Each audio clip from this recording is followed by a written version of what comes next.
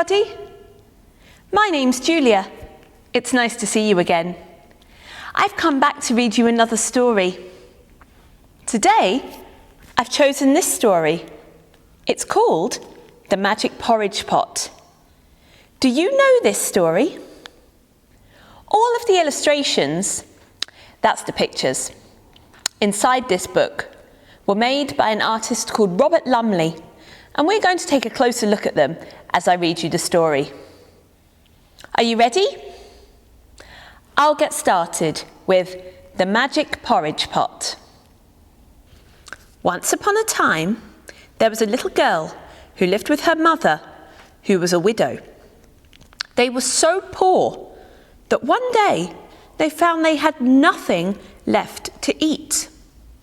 The little girl went off into the woods to play. She was so hungry that she began to cry. An old woman came up to her. "Why are you crying, my child?" she asked. "Oh, because I am so hungry," said the little girl. "Then you shall be hungry no more," said the old woman. She gave the little girl a small cooking pot. Then the old woman said, "When you are hungry, just say to the pot, 'Cook, little pot, cook.' It will cook you some very good porridge." "When you want the pot to stop cooking," went on the old woman, "you must say, 'Stop, little pot, stop.'" The little girl was so hungry that she wanted some porridge at once. So she said to the little pot, "Cook, little pot, cook." The little cooking pot did as it was told and began to cook some porridge. The little girl could hardly wait to try some. When the porridge was cooked, the little girl said, "Stop, little pot, stop." The porridge tasted very good, and the little girl ate every bit of it. The little girl ran home with the cooking pot to her mother and told her what the old woman had said. "Oh, now our worries are over," said her mother happily. "The little pot will keep us well fed." Whenever they were hungry, they said to the cooking pot, "Cook, little pot, cook." The porridge was always very good, and they always enjoyed it. One day, the little girl went out for a walk. While she was out, her mother felt hungry.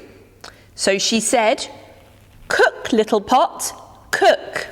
The pot began to cook some porridge. The mother began to eat it. It was very good porridge, and she enjoyed it. She was so busy eating the porridge that she forgot to tell the pot to stop cooking. The pot went on and on, cooking more and more porridge. Soon, the porridge began to come over the top of the little cooking pot. When the mother saw this, she knew that she must tell the pot to stop cooking. But she had forgotten the words. The pot just went on and on, cooking more porridge. Soon, there was porridge all over the table and all over the kitchen floor. And still the little pot went on, cooking more and more porridge. Soon, all the house was full of porridge. And still the little pot went on, cooking more and more porridge.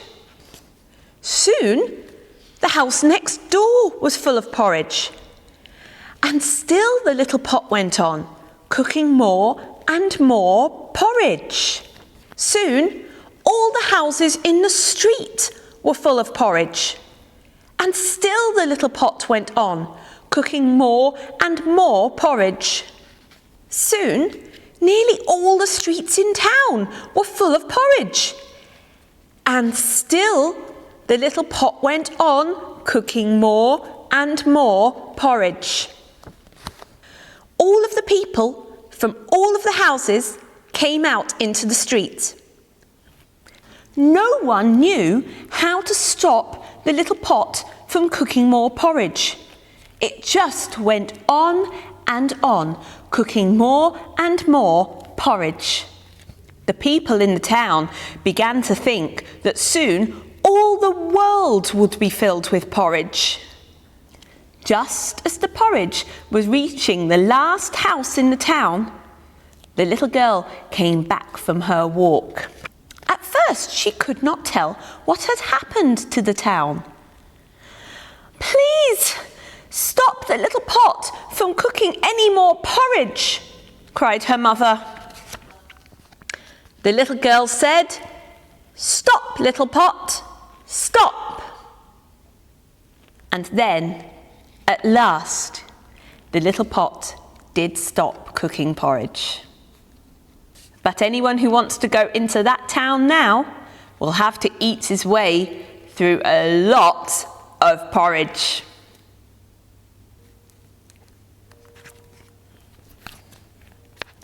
Did you enjoy that story? I hope so.